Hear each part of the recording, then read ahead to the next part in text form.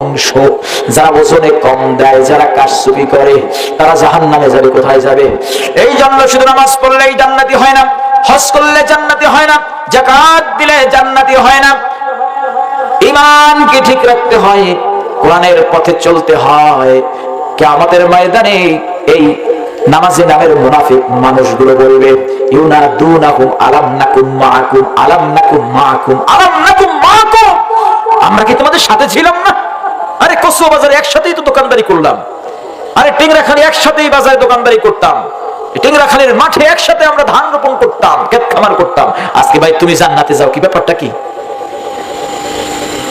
আল্লাহর পক্ষ থেকে আওয়াজ আসবে, উত্তরটা দিবেন মহান রব আল্লাহ রাব্বুল আলামিন। তখন বলবেন, এবার শুনুন, ক্বালু বালা আলাম নাকুম মাআকুম, ক্বালু বালা, হ্যাঁ অবশ্যই ছিল তো, আমাদের সাথেই তো ছিল, একই কাতারে তো নামাজ পড়লাম, একই মসজিদের মুসল্লি।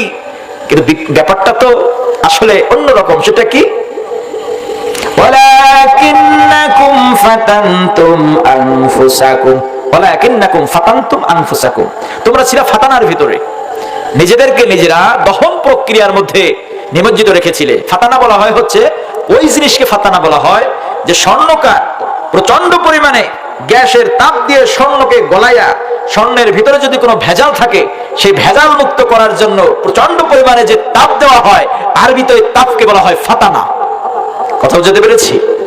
তো এই দহন প্রক্রিয়ায় ছিলে, তোমাদের টাকা, তোমাদের অর্থ সম্পদ সবকিছু তোমাদেরকে এতটাই তোমাদেরকে দহন দিয়েছে, এতটাই মোহে তোমাদেরকে নিমজ্জিত করেছে।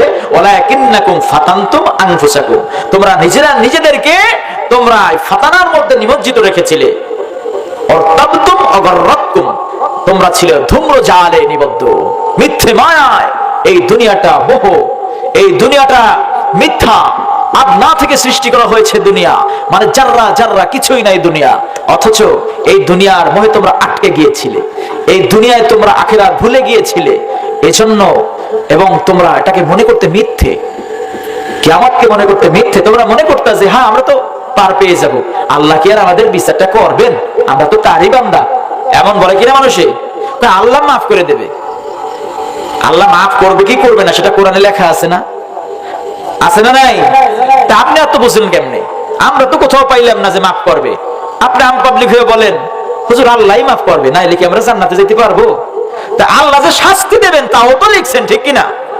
তাও লেখা নাই যে নামাজ না পড়লে জাহান্নামে যাওয়া লাগবে, ইয়াতিমের মাল ভক্ষণ করলে তাকে জাহান্নামে যেতে হবে, জিনা ব্যভিচার করলে তাকে জাহান্নামে যেতে হবে, অন্যায়ভাবে হত্যা করলে সেজন্য গোটা পৃথিবীর মানুষকে হত্যা করলো, তার স্থান হবে কামিলের সাথে জাহান্নামে। লেখা নাই কোরআনে? তাহলে আবার কেমনে কোন যে আল্লাহই মাফ করে দেবে? আল্লাহ বলে ওয়ারতাবতুম আদাররাকুমুল আমানিয়্যু হাত্তা জাআ আমরুল্লাহ,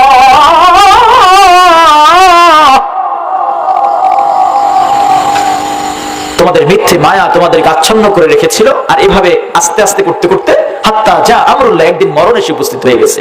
জোরে বলেন নাউজুবিল্লাহ। অনেক মানুষ চিন্তা করে না যে আজকে না কালকে থেকে নামাজ পড়া ধরবো, এই বছর না আগামী বছর থেকে রোজা রাখা ধরবো, আর কিছু টাকা হলে পরে তারপরে দেখি হজ করতে যাওয়া যায় কিনা, তো চুরি চামারি ছেড়ে দেবো, আর কিছু টাকা হোক। সুদখোররা চিন্তা করে যে আর কিছু টাকা হলে পরে তারপরে সুদ খাওয়া ছেড়ে দেবো। আরে ভাই, সুদ ছাড়ার আগে যদি মরণ এসে যায় তাহলে স্থান কোথায়? কোথায় হবে?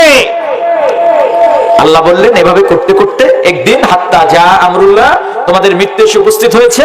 অগররাকুম বিল্লাহিল গরুর, আর শয়তান তোমাদেরকে চরম ভাবে তোমাদেরকে প্রতারিত করলো, বিতাড়িত করে দিল, তোমরা হয়ে গেলে জাহান্নামী। জোরে বলেন নাউজুবিল্লাহ। এজন্য জাহান্নামের আগুন থেকে বাঁচতে চান তো সবাই? আল্লাহ আমাদেরকে কোরআনের পথে চলার তৌফিক দান করুন, আমিন।